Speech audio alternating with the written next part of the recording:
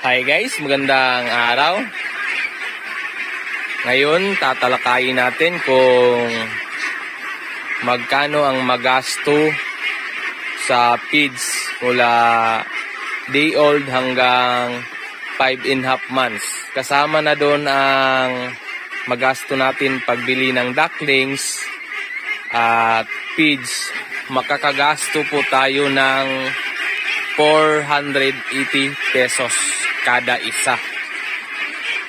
So, sa pagbili natin ng ducklings guys, hindi po yan lahat magiging RTL. Mayroon pa pong mga mortality.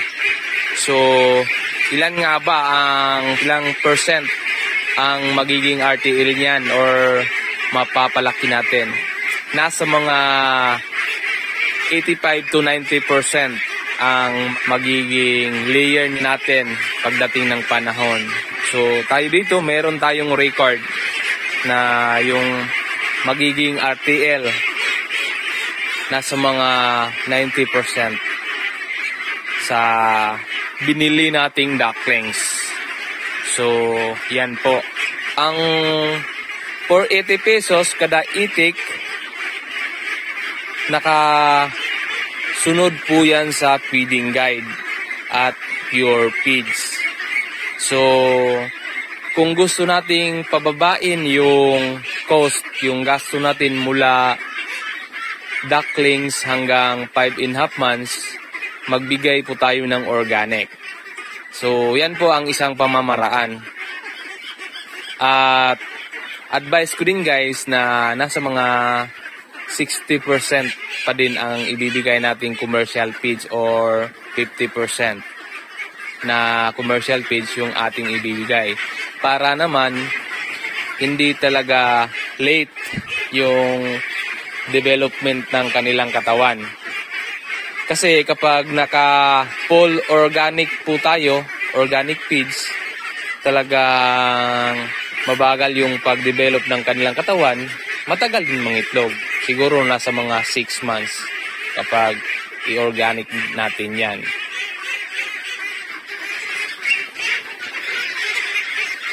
So, tayo dito guys, ang ginagawa natin, naghalo tayo ng mais, yung talagang mga buo-buo na mais, hindi yung crack corn. Talagang bumibili tayo sa nagtatanim ng mais at hinahalo natin dito. Ang pamamaraan natin sa paghalo ay 60-40 or 60-50. Pinasobrahan natin ng kaunti. So, sa ganyang pamamaraan, nakakatipid din tayo. Mas, kung kukwentahin natin, mas mababa yung per kilo sa ganyang mixing. I-compare natin sa naka-pure feeds. So, tayo dito, sa ganyang style ng pagpapakain natin, makakaitlog po sila ng 4 months. Magsisimula na yung malaglagan ng itlog. Siguro makuha nila yung 50% nasa mga 6 months. Kasi babalik na tayo niyan sa feeding guide na limit lang yung binibigay natin, then naka pure feeds. So, ayan po.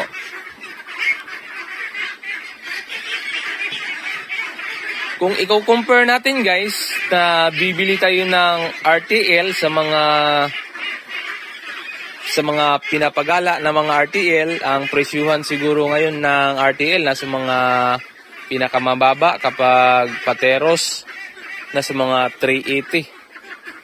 Hindi pa natin alam kung merong halo or balikbayan na. Ang balikbayan po ay mga matatanda na mga itik at nire-recondition lang nila, din minimix sa mga